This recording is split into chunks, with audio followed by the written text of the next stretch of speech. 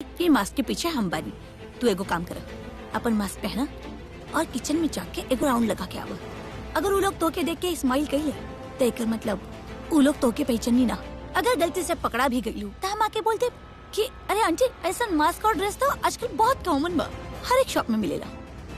Don't worry, हमने के plan काम कर रहल बा कि ना ये चेक करल जरूरी बा ना। So just wear it. Perfect.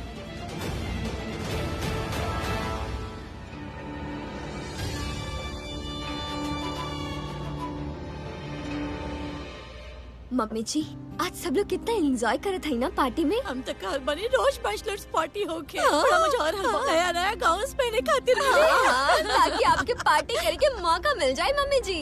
समझा तानी, हम सब समझा तानी आपके बात। का भाई शर्लिन, कुछ चाहिए बेटा? पानी ले ला, प्यास लागल बा। हाँ तो जानकी जी आप का कहते हैं? यही से ना ऐसे नजर से हमेशा बच के रहे के चाहिए, बहुत बुरा नजर हो खेली।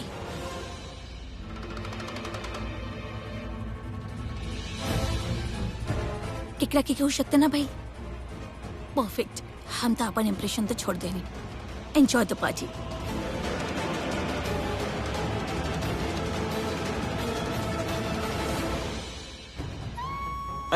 आई जल्दी। एक्सक्यूज मी सर।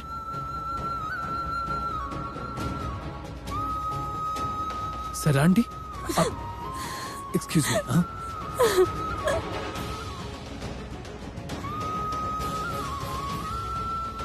कुछ ना होके देव, हम आपके कभी भी कोई नुकसान ना पहुंचे सर आंटी, देव। भाई का कोनो भी आप बैठिए, हम पानी लेके आओ तनी। ना ना ना नहीं के बैठे के हमरा की वहाँ ऑटो सर से आंटी। और फिर बड़ा मुश्किल से लिफ्ट लेके यहाँ पहुँचनी है। हमरा की बहुत जरूरी बात बताओ कि आपके आप एक काम करें ना, राखी जी, महेश जी, सबके आप बुला पहले ली ना। नीचे हम बैठिए, प्रीता गिरीश और पानी सृष्टि लेके के आओ। जाता नहीं ना। हमरा के बैठी के नहीं कि हमरा के बहुत जरूरी बात करे के बा। आप जाकर बुलाई ना दादी के, महेश जी के, सबके। हम तब के प्रीता और सृष्टि के बुला के आओ तनी। हम अभी प्रीता और सृष्टि के बुला के आओ तनी। आप जल्दी जल्दी बुलाई।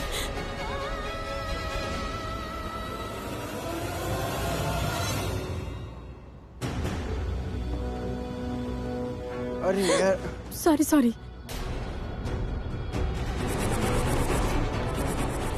पृथ्वी, अच्छा बल बेटा, आप हमरा के मिल गई नहीं। आप प्रीता और सृष्टि की देखनी हम कब से ढूंढा था नहीं। हाँ, हम आपसे कहा था नहीं आप प्रीता और सृष्टि के कहीं देखनी है। हमरा के ओकरा से जरूरी बात करे के बा। Thank you.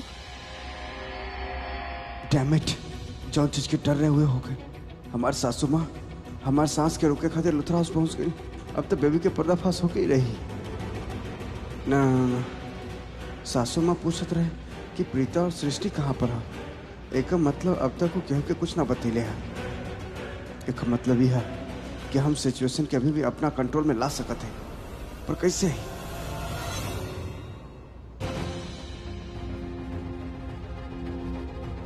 आंटी जी, पृथ्वी, आप कल रही हूँ। हाँ, लेकिन वो हमरा के दोनों ना दिखाई आप दिला। इतना टेंशन में काहे लग रहे हमरा के हैं? बहुत जरूरी बात करे के बा उनका से, और सृष्टि और प्रीता मिलत ही नहीं खे। प्रीता जी, आप सृष्टि के ढूंढ रहे हैं? हाँ, सृष्टि ठीक तो है ना? काहे का भइल सृष्टि के? आपको ना पता? एनीवे छोड़िए आंटी जी, सब ठीक हो जाए। सृष्टि के का भइल बा? आप ऐसे काहे कहता नहीं? आंटी जी, हम करण के केहू से फोन पर बात करते सुन रही। वो केहू से कहते रहे कि सृष्टि के एक्सीडेंट हो गई है। सृष्टि के एक्सीडेंट? हाँ। कहाँ बा सृष्टि? आंटी जी, अंदर की तरफ तो ना देख रहा, शायद बाहर। सृष्टि, आंटी जी, सृष्टि, पता ना सृष्टि कहाँ चल गई बा, होकर एक्सीडेंट हो गई। अरे यार, सर के सासू मत आ गई जो ना वैन में ले जाए। वो वैन कहाँ बा?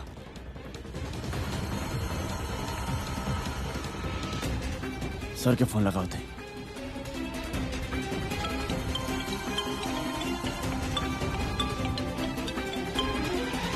हाँ बोला। हेलो सर जी, आपके सासू माँ आ गई, लेकिन जो ना वैन में ले जाए वो वैन अभी तक ना आई। देखा, हम उनका सीख कर ले हैं। उनका बेटी सृष्टि के एक्सीडेंट हो गया। अब तो का समझदार बड़ा तो समझदा कि तो के का करे क्या, अंडरस्टैंड? पता ना कौन हाल में हुई, अरे एक्सीडेंट हो गई, कहाँ ढूंढी, एगो एक्सीडेंट हो गई। कहाँ भइल एक्सीडेंट? आपके आप जो भी पढ़ो, हमके अंदर जाके सब कोई के बतावे के बा कि जौन लड़की के एक्सीडेंट भइल बा ओकर नाम सृष्टि है। देखिए वो हमके बोललस कि ओकर माँ लुथरा हाउस पार्टी में बाड़ी, बोली के जाके बता दो हमारा एक्सीडेंट भइल। बहुते खून बह रहा बेचारी के। आप हमरा के बताई ना कहाँ भइल बा एक्सीडेंट, हम ओकर माँ हई, हमर बेटी बा। अरे हमारे पास स्कूटी बा, आप हमारे साथ चलिए, हम छोड़ देते हैं। आई आई आई चलिए जल्दी चलिए। आई आई भाई साहब बहुत बहुत धन्यवाद आपके, आप एड्रेस बतल और हम लोग के साथ भी आइला भाई।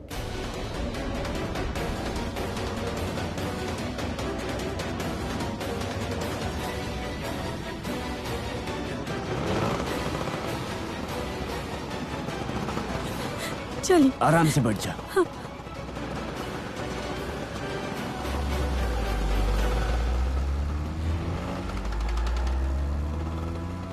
वैन अब आवती है हिलते हिलते। अब सर के सासू माँ के ई बाइक पे ही पहुंच जैती तू वहां जहां सर बोलले रहलन। यही के नंबर तो मैसेज कर ले रानी। चला वो औरत जो ना के वैन में डाल के ले जाके रहला ना, वो स्कूटी पे जाती है, होकर पीछा करा। चला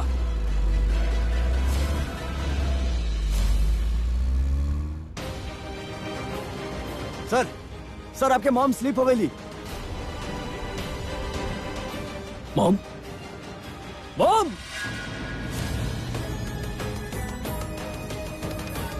अब गई ना ये पंचायती बिजनेसमैन सही डायरेक्शन पे, क्या कि अब वो डायरेक्शन है हमारे सासू माँ, और अब राज हमारे प्लान के फ्रीली एग्जीक्यूट कर पाए।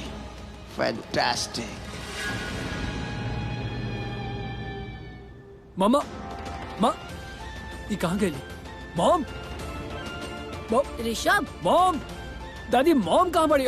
वेटर हमरा के बतेलस कि मॉम के चोट लागल बा। दादी बाड़ी कहाँ हूँ? ज्यादा लागल बा? शांत हो जाओ, सांस ले लो।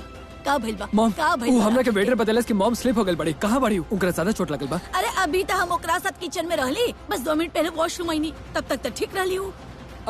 तो आपके एजा आइला के बाद गिर गले हुई नु? अच्छा चलो please। देखत बनी फिर।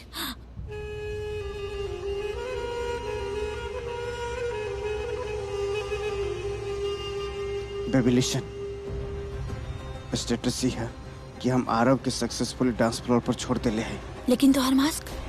उतना हमारे मास्क के हाईलाइट करे के जरूरत ना है, कहे के पिताजी करण और ऋषभ ना अपन मास्क के चूज करत वक्त देख ले रहे। तो अगर ये तीनों में से केहू आरव के डांस फ्लोर पर डांस करत देख ले लेना, फिर भी उनकी ये लगी